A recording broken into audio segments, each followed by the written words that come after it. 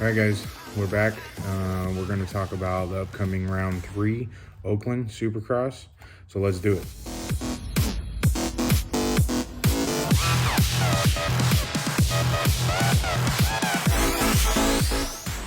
All right, so round 3, Oakland, California for Supercross. One of the big things that we want to highlight is if we think Ken Roczen is going to hold the red plate through for next couple rounds, basically. Usually Roxin comes out of the gate starting the season pretty strong, but tends to peter off. So we'll see if he can hold the number plate or the red number plate now going through the rest of the season. We'll talk about names to watch for. Got fast guys that weren't even in the top 10 this last A1, so we'll get into that. But first thing I want to talk about is Ken Roczen.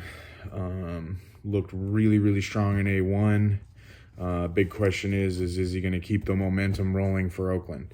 And typically the first couple races of the season, he just loves to come out and show everybody that he is the veteran in the series and that he wants to, make a showing for the championship.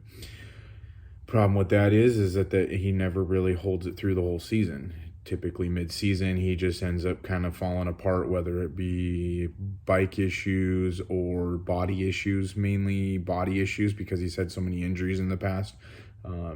Tend to haunt him come mid-season just because of the abuse that their bodies take, I'm sure.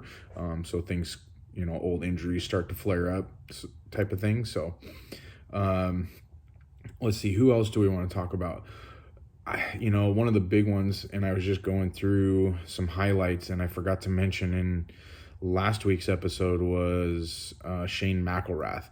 He came out on that KTM, and in the heat race, he got the whole shot. He led quite a few laps in front of Chase Sexton in that heat race, and I thought he looked really good on that KTM. We didn't get to see much of Mcelrath last year because he only got to race like 2 races before they pulled him for the season because they wanted his body to heal up for this season, or for outdoor, I think, is really what it was. And then, of course, this upcoming 22 season. But he looked good. Like, he looked really good on that KTM. So hopefully we'll see him in the, top 10, I would assume. I don't know if he's a top 5 competitor or podium competitor right now on the 450, but he definitely looked good and someone to look for. My big one right now to watch is going to be El Hombre or Jason Anderson on that new Monster Energy Pro Circuit Kawasaki. He looked fast, and even though he placed in 10th at A1, I don't think that really showed how fast he was, because he came back after crashing twice, and one of those being a podium position that he was in when Barsha, I wouldn't say took him out, but Rubbin's racing again in the corner. I think Anderson should have expected that, knowing that Barsha was behind him. And he should have protected that corner a little bit better, but, hey, whatever. I mean, you can't win them all, but at the same time, he was fast, and I think he had a point to prove moving from that Rockstar Husqvarna to the factory Cowie team again. I think he really felt like he had a chip on his shoulder, and you could tell with the way he was racing too. So I feel like he will be somebody to watch for. I feel like he's going to come out in Oakland and he's going to be pissed because of what happened with Barsha. And he's going to want a podium again. Guarantee it. That's just how Jason Anderson is. He's got that chip on his shoulder, so look out for that. The other fast one I feel like I'm prepared to watch podium quite a few times this year is Chase Sexton. He was fast. He sat behind Roxin forever in the 450 main when he should have probably gotten past him, but instead ended up going down over some fluke, cross rut mistake, basically coming into a 180 turn. I don't know if,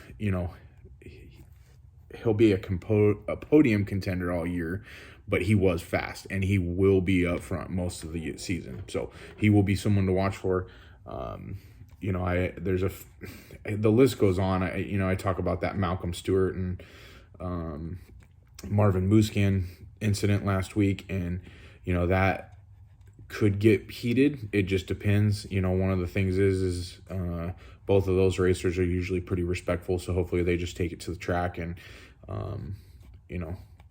leave it out there, because other than that, there's really not much more you can do.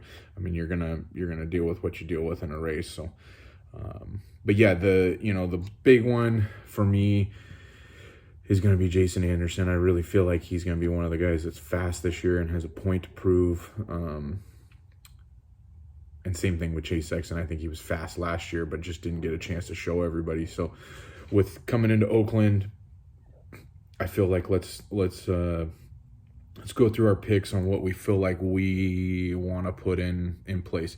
So this week for the wild card, we have 15th place. For 15th, I don't know if we necessarily feel like, who we know is going to end up back there, but, I don't, my particular pick would be either someone like Joey Savacci, Justin Hill, or maybe Justin Bogle, one of those two or three people.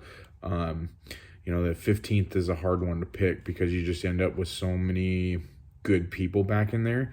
So it's hard to tell. I mean, look at it like this. Dylan Ferrandis, the outdoor motocross champion from 2021, placed 16th. So one spot from that, below that, actually. And he was the outdoor motocross champion. So that just goes to show you how stacked this field is. So I think for the 15th place wild card pick, I think I'm going to do Joey Savacci.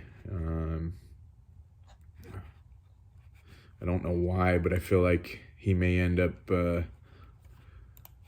a little lower in Oakland. I feel like there were some top guys that were in the back that should have been up front that would have pushed some of those guys further in the pack. So I'm going to go ahead and stick with that.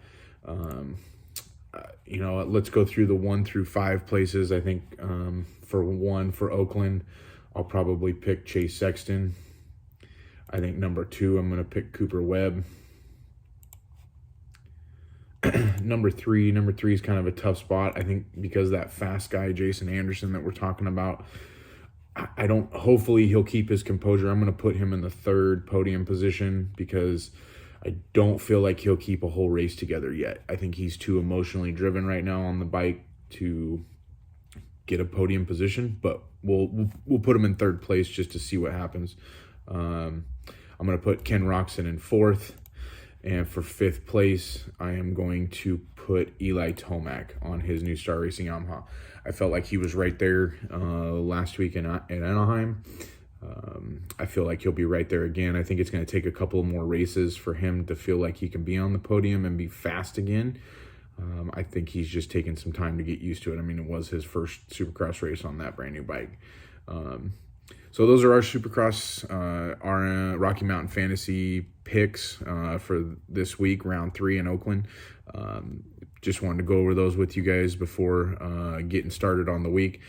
We'll have a video before the end of the week, before round 3 gets up, just to finalize our picks and kind of show you, make sure that our picks did stay where we want them and that none of those guys got hurt through the week during practice. So, but this is our preliminary picks. Yeah, if you have any comments or feel like we should change something, put it in the comments below. And also make sure you hit the subscribe and like button and hit that bell for notification, because that'll tell you next time I post a video for the Supercross talk. But thanks for watching. We appreciate it, and tune in next time. Thanks.